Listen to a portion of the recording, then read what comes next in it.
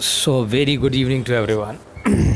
आइए चर्चा करते हैं अमेरिका और चाइना के बीच क्या युद्ध की संभावना है, क्या निकट भविष्य में है या कब होगा, और कुछ उसका इम्पैक्ट इंडिया पे क्या पड़ेगा, इस बारे में चर्चा करेंगे। देखिए, आप जैसा देख ही रहे हैं कि अमेरिका और चाइना के संबंध जब से चाइना का उभार हुआ है, ठीक है, और चाइना एक वर्ल्ड में बहुत बड़ा सुपर पावर बन गया है, या आप कह सकते हैं अमेरिका के बाद दूसरे नंबर पे है, तब से थोड़ा अमेरिका को परेशानी है, क्योंकि वर्ल्ड की सारी कंपनियां जाके अमेरिका में उन्होंने घर बसा लिया है। भाई, बिजनेसमैन को जहां पैसा मिलेगा वो वहां जाएगा, इसमें कोई दिमाग लगाने की बात नहीं। जहां से आप पैसा कमा सकते हैं वो वहां जाएगा, चाहे वो अमेरिका हो चाहे चाइना हो। तो अमेरिका थोड़ा इससे परेशान है, और ये एक स्वाभाविक सी चीज़ है कि अगर आप राइज़ कर रहे होते हैं, पर अगर आप सोचिए आप नंबर 1 पे बैठे हुए हैं, तो आप अपनी पोजीशन को मेंटेन करना चाहते हैं, ये हर एक का स्वभाव है। और आप कई तरीके से, डिप्लोमेटिक तरीके से, या कभी कभी कूटनीति से, या राजनीतिक तरीके से, या कभी कभी जो मेजर्स नहीं भी लेने चाहिए वैसे मेजर्स लेकर के अपनी पोजीशन सिक्योर करने की कोशिश करते हैं। कभी कभी वो गलत भी होते हैं, ठीक है। ऐसा आप विश्व इतिहास में देख सकते हैं कि कई जगह कई चीज़ें सही नहीं हुई हैं, गलत हुई है, ठीक है। जहाँ तक, तो जब चाइना की पावर ज़्यादा बढ़ रही है, ठीक है, अब ये चीज़ कोई, अभी तो कोरोना अभी आया है, इससे पहले अगर आप देखेंगे ये कोल्ड वॉर चाइना और अमेरिका के बीच में काफ़ी समय से बिज़नेस कोल्ड वॉर शुरू हो गई है, क्योंकि अमेरिका को ये लगने लगा है कि चाइना वर्ल्ड में नंबर 1 पावर बन जाएगा, ठीक है। इसलिए ये एक प्रॉब्लम क्रिएट हुई है। खैर, ये चीज़ आपने पहले हुआवे में देखा था कि हुआवे जो चाइनीज़ कंपनी है उसको सपोर्ट करना बंद कर दिया, या हार्ले डेविडसन पे टैक्स की बात आएगी, या जो भी चीज़ें, बहुत सारे टैक्सेशन पे भी बात हुई कि हाँ, चाइना से और इंडिया से भी हुई थी उस समय कि इंडिया में भी टैक्स बहुत ज़्यादा लगा रहे तो कम करिए, ऐसा कुछ अमेरिका ने कहा था कि हमारे प्रोडक्ट्स नहीं बिक रहे हैं। कुछ ऐसे भी प्लेटफॉर्म्स थे जैसे कि गूगल ने कुछ, या एंड्रॉयड ने, प्रोबेबली गूगल ने कुछ चाइनीज़ मोबाइल को सपोर्ट करना बंद कर दिया था, ठीक है। तो अगर इसमें बहुत सारी चीज़ें हुई हैं, लेकिन ये सब एक छोटे स्तर पे और कोल्ड वॉर जैसा है, और ये अभी भी चल रहा है, ठीक है। लेकिन चीज़ें कोरोना के बाद थोड़ी ज़्यादा बदली हैं। कोरोना के बाद इसलिए ज़्यादा बदली हैं क्योंकि देखो, अमेरिका के पास अभी तक प्रूफ नहीं है कि कोरोना चाइना ने बनाया था। ऐसा कोई प्रूफ कोई नहीं निकाल पाया है। CIA ने अपनी रिपोर्ट दी, उसमें ये कहीं नहीं लिखा है, क्योंकि अगर ये अब तक क्लियर हो गया होता, एकदम क्लियर एंड कट, कि कोरोना चाइना ने बनाया और उसके बाद उसको फैलाया, अगर ये चीज़ें एकदम क्लियर हो गई होती कंसेप्ट, तो अमेरिका अब तक रुका नहीं होता। अमेरिका के 1 लाख नागरिक मारे जाएं, ठीक है, आप समझिए कितने लोग अमेरिका में मारे गए हैं, और अमेरिका कुछ ना करे तो अमेरिका ऐसा देश नहीं है। ये बात मेरी याद रखिएगा, ठीक है। तो इसको समझने की ज़रूरत है। अब देखिए, अमेरिका का टिपिकल कैरेक्टर के बारे में आप सोचिए। अमेरिका ऐसा देश नहीं है जो चुनाव पे चलता हो, ठीक है, या अमेरिका ऐसा देश भी नहीं है कि वो, मतलब उसकी कोई एक छोटी सी टर्म के लिए कोई पॉलिसी निर्माण करता हो, ठीक है।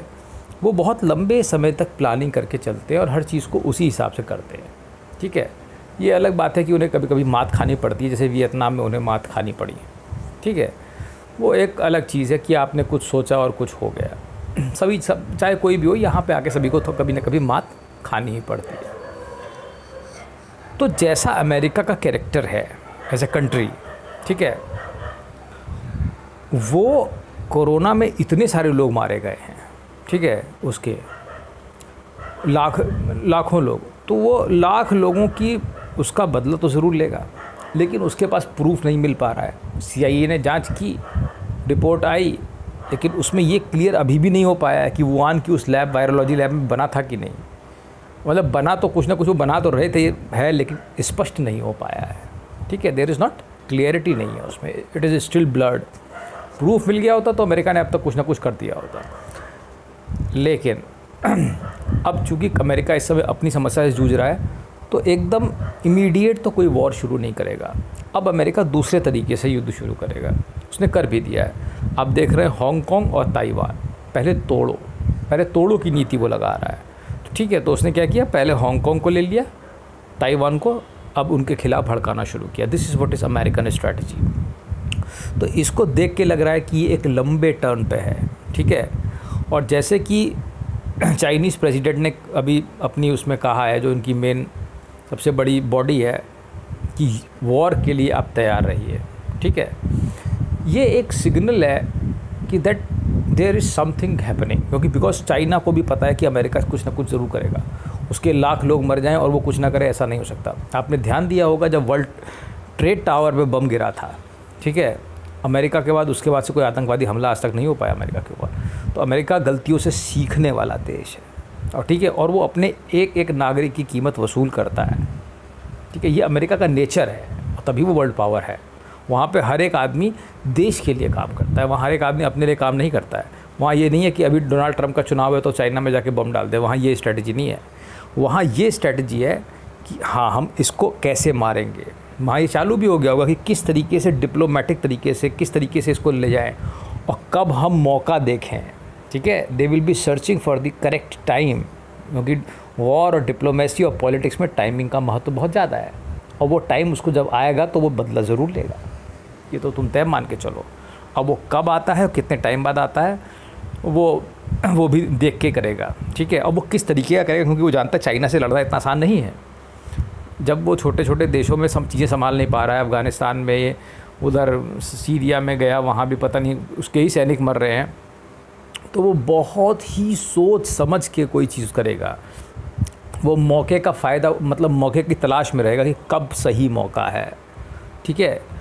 तो जब भी ये कुछ होगा तो है, थोड़ा तो कुछ ना कुछ तो अमेरिका करेगा। एक तरीके से तो पहले तो बिज़नेस वॉर ही शुरू कर देगा कि अपनी कंपनीज़ को कहेगा समेटो। अब फॉर एग्जांपल, एक छोटा सा एग्जांपल टिकटॉक का ही ले सकते हो। तो टिकटॉक की रेटिंग गिर गई, ठीक है। अब प्ले स्टोर पर आप जाते हो तो प्ले स्टोर कौन चला रहा है, अमेरिकन कंपनी चला रही है। So it's an obvious thing, you know. तो ये जब चीज़ें बहुत बचकानी है, छोटी छोटी चीज़ें हैं, ये एग्जाम्पल्स हैं, ठीक है। लेकिन बड़ी स्ट्रैटेजी में जैसे हांगकांग को भड़काना, ताइवान को अलग करना, इसको करना, तो स्लोली एंड स्लोली वो इस डिप्लोमेटिक तरीके से इसको हैंडल करेगा। फिर जब कभी मौका लगेगा तब ये उसका कोई हिसाब किताब बनाएगा। ऐसे नहीं कि इमीडिएट बदला ले लेगा, बिकॉज अमेरिका ऑल्सो ये भी जानता है कि चाइना बहुत बड़ी पावर है, ठीक है।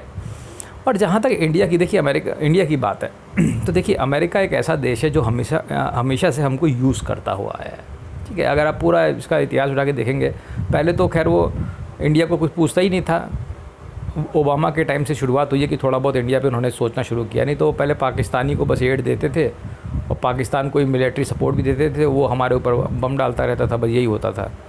लेकिन अब चीज़ें थोड़ा सा बदली हैं इधर, वो इसलिए बदली है चाइना की वजह से बदली हैं। इंडिया की तरफ ट्रम्प का झुकाव ज़्यादा है, क्योंकि बिकॉज वो भी जानता है कि यहाँ से भी हमें हेल्प मिल सकती है, ठीक है। इस सुपर पावर को हैंडल या टैकल करने के लिए कुछ हेल्प इधर से भी, मतलब एक तरीके से हमारे लिए भी वो एक दुश्मन है। और वैसे तो हम लोग हर समय पाकिस्तान करते हैं, पर मेरी ये राय है, मुझे लगता है ऐसा है कि चाइना पाकिस्तान से ज़्यादा बड़ा दुश्मन है हमारा, ठीक है, बहुत बड़ा और छिपा हुआ। जैसे ये आज ही कुछ हो रहा था कि चाइना ने 5000 सोल्जर्स उधर लद्दाख में अंदर डाल दिए थोड़ा लाइन से, तो ये खैर इसमें कोई घबराने की बात नहीं, इसमें हमें कुछ नहीं होने वाला। लेकिन ये भी एक पॉइंट बनता है कि ये थोड़ी बहुत इस टाइप के काम करता रहता है बीच बीच में, सिक्किम में कभी कहीं कुछ ना कुछ, मतलब करते रहो, डू समथिंग, ये एक स्ट्रैटेजी इसकी भी है। बहरहाल बहुत निकट जल्दी में तो ऐसा कोई वॉर नहीं है अमेरिका चाइना के बीच में, लेकिन आप इस चीज़ की क्योंकि परिस्थितियों की कल्पना कोई कर नहीं सकता कितनी जल्दी बदलें, ठीक है। लेकिन एक वॉर आप कुछ समय बाद, करीब आप मान सकते हैं कि 2 साल के अंदर आपको कुछ ना कुछ दिखेगा। इसमें 2 साल होंगे, अमेरिका टाइमिंग को देख के कुछ ना कुछ करेगा, ठीक है। और वो खैर कुछ ना कुछ ज़रूर करेगा, क्योंकि वो इतने नागरिकों का बदला तो लेगा ही, चाहे यूएस में कोई भी प्रेसिडेंट हो उस समय, वो अलग बात है, वहाँ पे ऐसा वो वाला हिसाब नहीं है। तो ये कुल मिला जुला करके, और ऑब्वियस ही बात है चाइनीज़ बिज़नेस पे असर पड़ेगा आप, ठीक है, उसका इम्पैक्ट आएगा आप चाइना पे भी, कंपनीज भागेंगी चाइना से। चलिए ठीक है, थैंक यू।